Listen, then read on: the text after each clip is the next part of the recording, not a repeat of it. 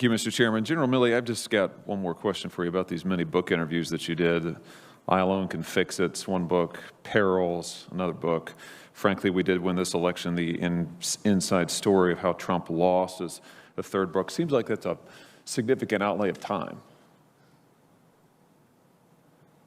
I don't think so. I think that they were short interviews. Relatively short. I don't think it took an excessive amount of time. What was the time frame on these interviews for these three different books? These are, by the way, these are for folks who don't know at home. You said you didn't read the books. I don't think most people probably do. These are DC Insider tell-all type books. But what was the time frame? Did you say that you were doing these interviews? I would say it took a couple of hours, maybe. But when? What's the time frame? When were you sitting for them? Dates. I can get you the dates. I don't know. This year? I don't know off the top of my head, but I'll get you the dates. 2021? Oh, yeah. So it was this calendar year? I think so, yeah, sure. Well, I just am wondering, is clearly this was a priority for you. You did these on the record, by the way? All these interviews are on the record with these reporters? They quote you? I do interviews on the record, off the record, and I do background interviews. And I do all of that with print media, television media, books, documentaries, all kinds of things. I thought, why would you do background and off the record interviews? Background means you can't quote you. Background and off the record interviews if the goal is transparency. The transparency goes to the fact to make sure that we are explaining ourselves and make sure that these authors have correct information. Let's take Woodward, for example, probably 200 people interviewed, and they approach my guys to say, are these facts true? This is what we heard. So we clarify and mitigate any incorrect information. Interesting. Well, it's interesting. I mean, you're doing these interviews, you're doing them in 2021. It just makes me wonder, all of these different books, were you maybe a little distracted? Maybe a little distracted about what was going on in Afghanistan?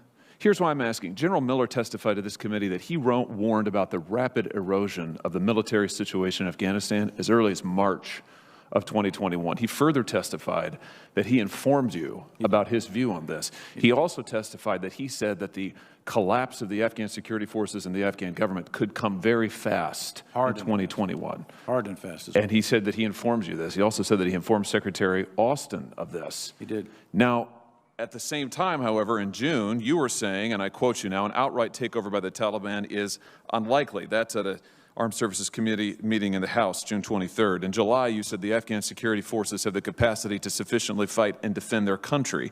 You also said that they were well equipped. On June 17th, you told the Senate Appropriations Committee the Afghan government had a 325 to 350,000 person security force, which we now know is a drastic overestimate. A few days later, you lowered that to 300,000. Which we still know is a drastic overestimate.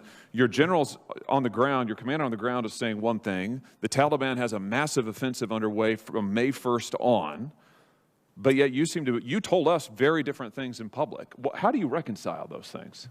What am I missing? Well, first of all, Scott Miller did say hard and fast, and he also meant that, at least to me and to others, that he meant that to be in the fall, October, November, maybe even December timeframe. I heard you say that earlier. Yeah. I'm curious about that. I have to tell you, that wasn't his testimony to this committee. Well, what he said in the committee was hard and fast. He didn't put a date on it. Is the readouts to me? I don't know. Did he put a date on it? No, he didn't put a date on it. But he did. You put a date on it. That's what intrigues me. But he did put a date on it with me and to us.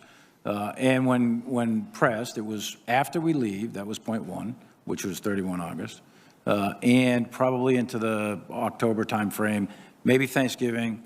And that is about, more or less, where many of the intel assessments were. He said he was a dissenter on the intel assessment. That's right. And he didn't put any of those qualifiers on his testimony to us. So are you saying he shifted his testimony, General Miller, that he wasn't? No, I'm saying what he told me was it was likely to be in the October timeframe.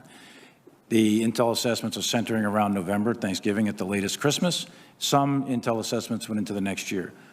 Here's my point, Senator, is the intel assessments had two basic things, in my view, was the scale and scope plus the speed. All the intel assessments, all of us, got that wrong. There's no question about it. That was a swing and a miss on the intel assessment of 11 days in August. There's nobody that called that.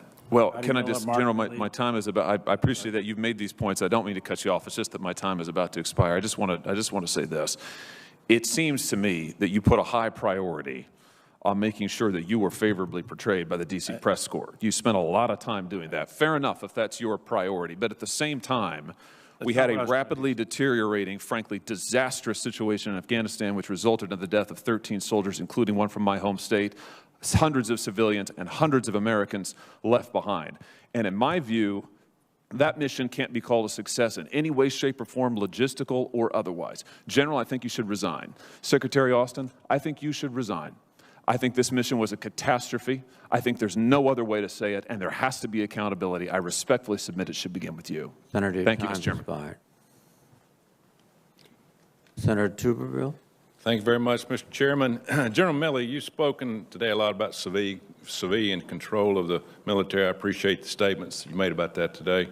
On June the 10th, though, I asked for formal questions for the record about Bagram Airfield, and I pointed out that having a major air base within 500 miles of both Iranian and Chinese borders would be very strategically invaluable. I asked you about the feasibility of retaining Bagram Airfield as a U.S. base. I'm still waiting for a reply.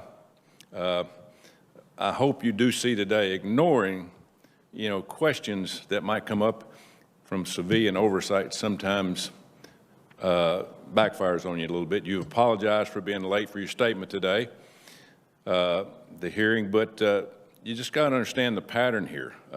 I heard Senator Blackburn say about the book, you got to see how dismissive it looks to Congress that you've had time to interview and do all these interviews, but questions aren't answered. So I'm just troubled by some of those things. And also, on August 18th, you said, quote, "There is nothing that I or anyone else saw that indicated the collapse of the Army and this government in 11 days," end quote. I find it unbelievable with your staff of 3,200 people and a budget of $419 million taxpayer dollars that we didn't see the obvious. But I do think you saw it, because July 11, 2019, you said, quote, "I think pulling out prematurely would be a strategic mistake," end quote. Mm-hmm. You said here today, and you also said that here today. You agree? I 100% agree. Thank you. May I comment? Yeah, go ahead. On your first 2 points. On the intel piece, I stay with what I said. There's nobody called it 11 days in August. There's nobody who did that. And I brought the intel reports. We go into classified session. I'm happy to go over all of them. And on the first thing. And then the Bagram thing, I did put a very lengthy response in my written statement. I don't know if you had an opportunity to read it yet. I'd encourage you to read it. It is also something that General McKenzie put in his. And I can assure you that we looked at that whole Bagram issue very, very carefully. Yeah.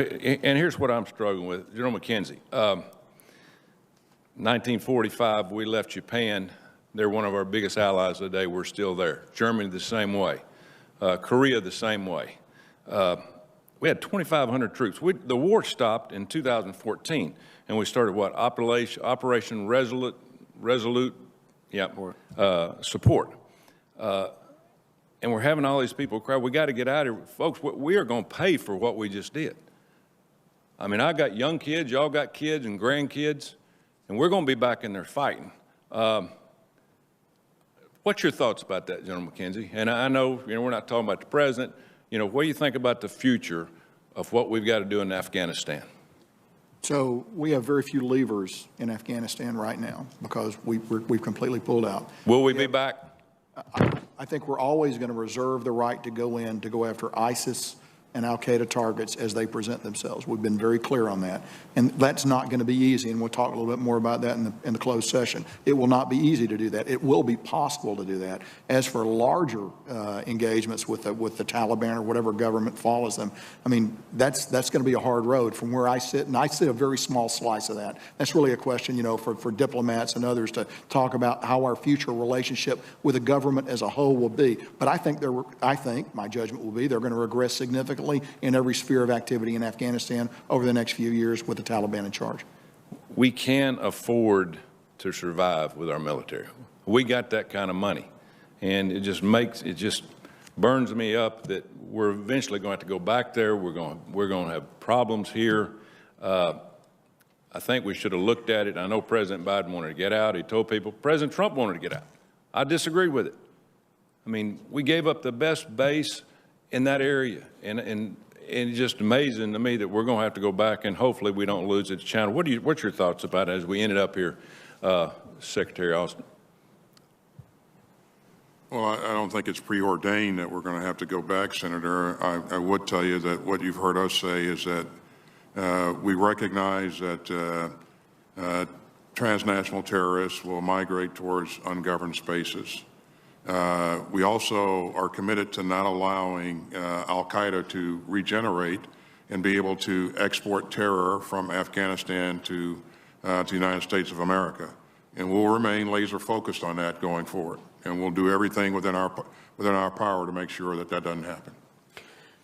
Thank you. Could I ask you one question, Officer? Are you against dishonorable discharges to the military for not taking a vaccine?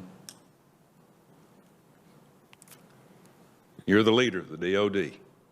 I am the leader, and again, we have a non-judicial, a UCMJ that really addresses all of the issues in the military and gives our leadership what they need to be able to enforce standards. Taking the vaccine is a requirement, and again, I'll